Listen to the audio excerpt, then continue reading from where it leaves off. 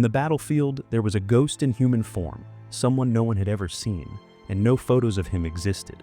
The only accounts came from injured soldiers who had barely survived. They said he could take down hundreds of soldiers on his own. His intensity and swiftness struck fear into the hearts of the soldiers.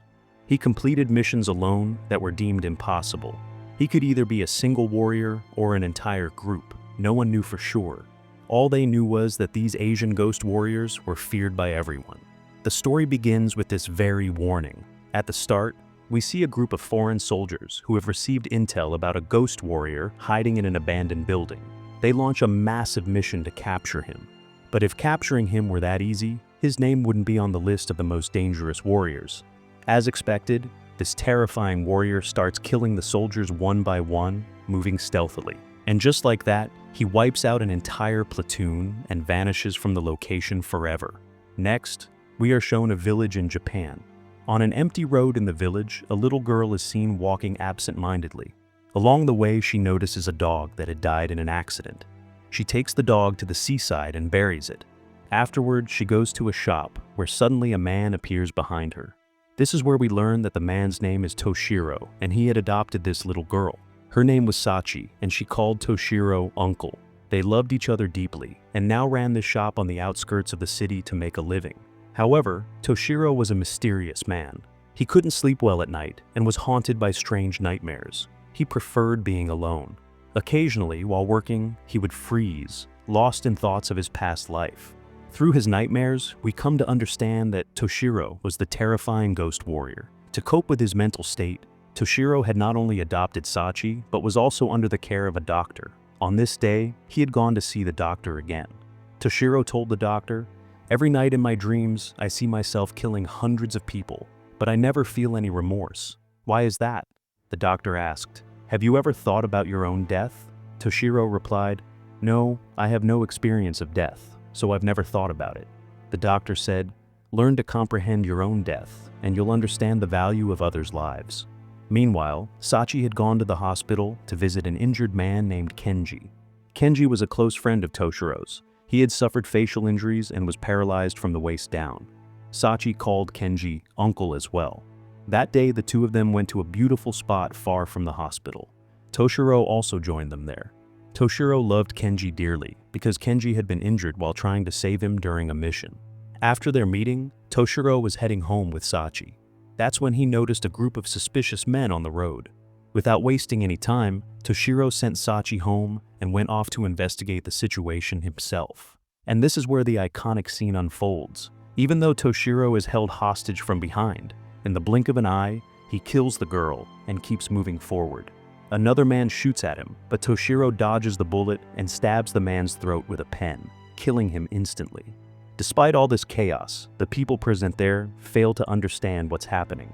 Meanwhile, Sachi had already returned home. Suddenly, a terrifying man appeared and gently patted her on the head. A little while later, Toshiro came back. Next, we are introduced to a female hitman who was an incredible fighter. She kills two men inside an elevator and meets a man named Phantom.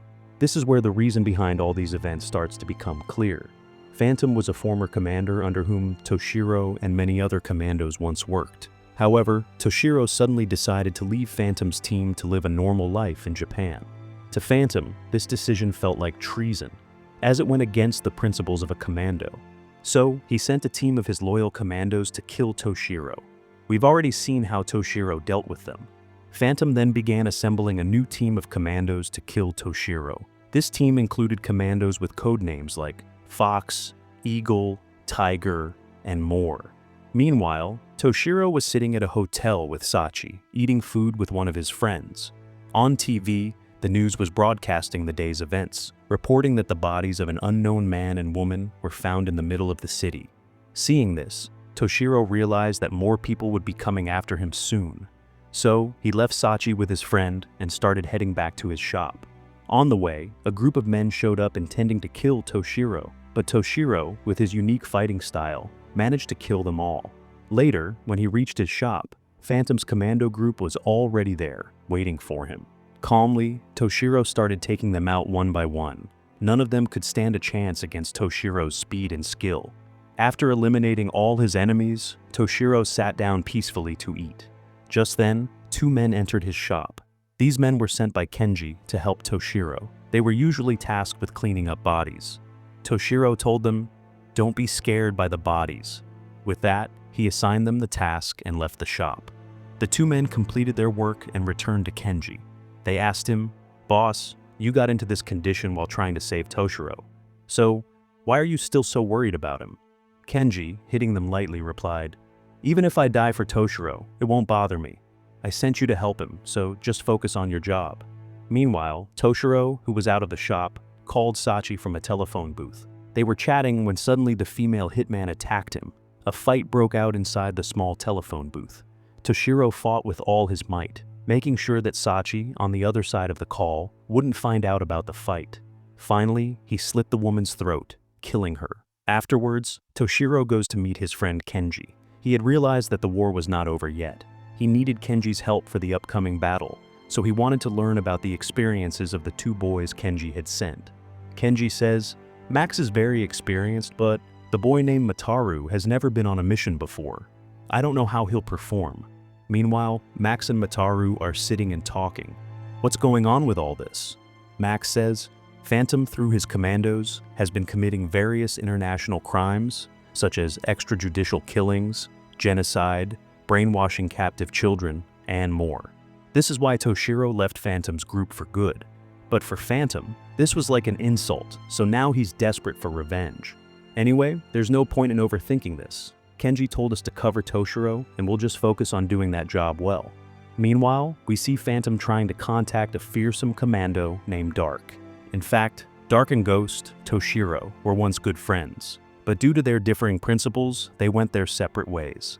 Now, Dark tells Phantom, "I'll kill Ghost, that is, Toshiro, with my own hands.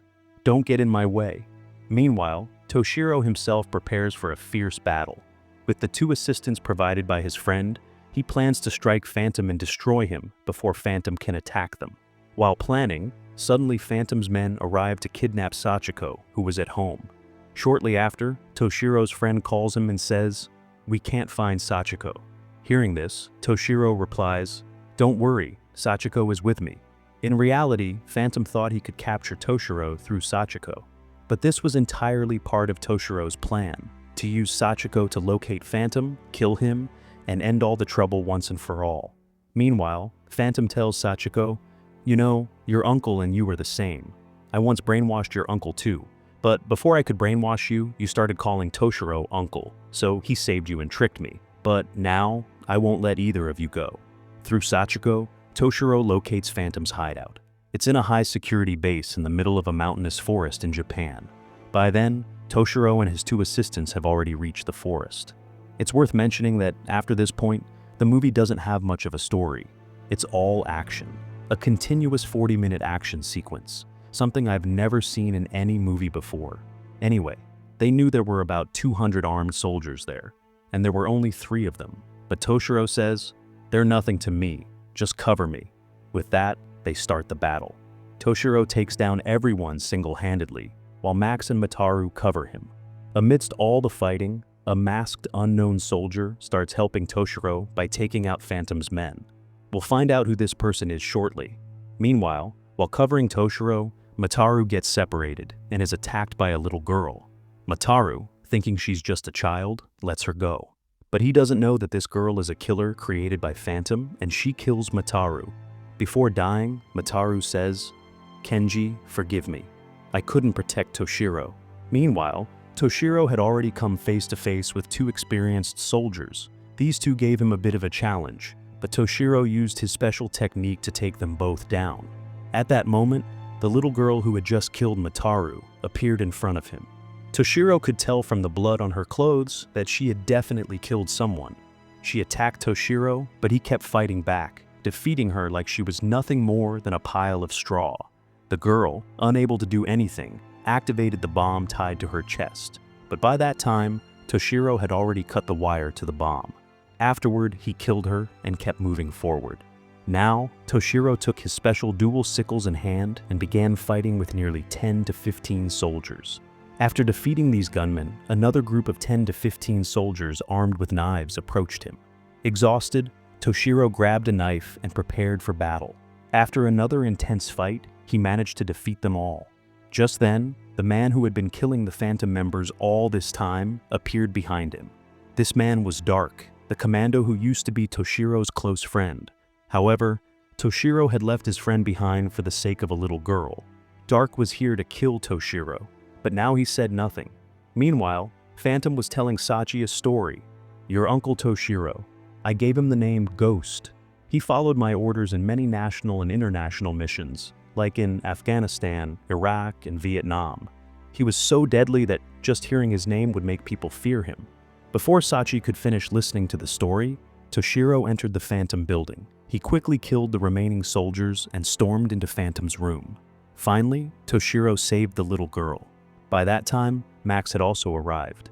Toshiro was about to leave the girl with Max and go after Phantom, but the girl clung to him and began crying uncontrollably. She wanted to return home with her uncle, but Toshiro knew he couldn't leave the job half done, so he left the girl with Max and set off to find Phantom. As he stepped outside, he came face to face with his old friend Dark. This was the first time Toshiro had fought Dark, and it seemed like someone was finally capable of challenging him. But despite that, after a fierce battle, Toshiro struck Dark with a fatal blow, killing him on the spot. However, during the fight, Toshiro had been severely wounded. He staggered outside, and finally he met Phantom. Toshiro was about to kill Phantom when Phantom said, "How long will you keep fighting with that injured body? How many more people will you kill? Why did you kill your friend? Didn't they have families? Didn't they have children at home? Why did you kill them?" Hearing these words, Toshiro seemed to be hypnotized. Phantom continued, "Why did you kill so many people for one little girl?" With these words, he stabbed Toshiro in the throat. But at the same moment, Toshiro reacted faster than light, slicing Phantom's throat and saying, "When someone does evil, their family suffers too." Phantom died there, but Toshiro, gravely injured, also collapsed. After this event, the little girl was walking along the shore, saying, "No matter how dark it gets, someone will bring light into this world one day. And if the light doesn't come, the world itself will cease to exist." With these words, the story ends. It's unclear whether Toshiro died or survived, as that was left unresolved. Perhaps a sequel to this story will answer that. So, what did you think of the story? Let me know in the comments.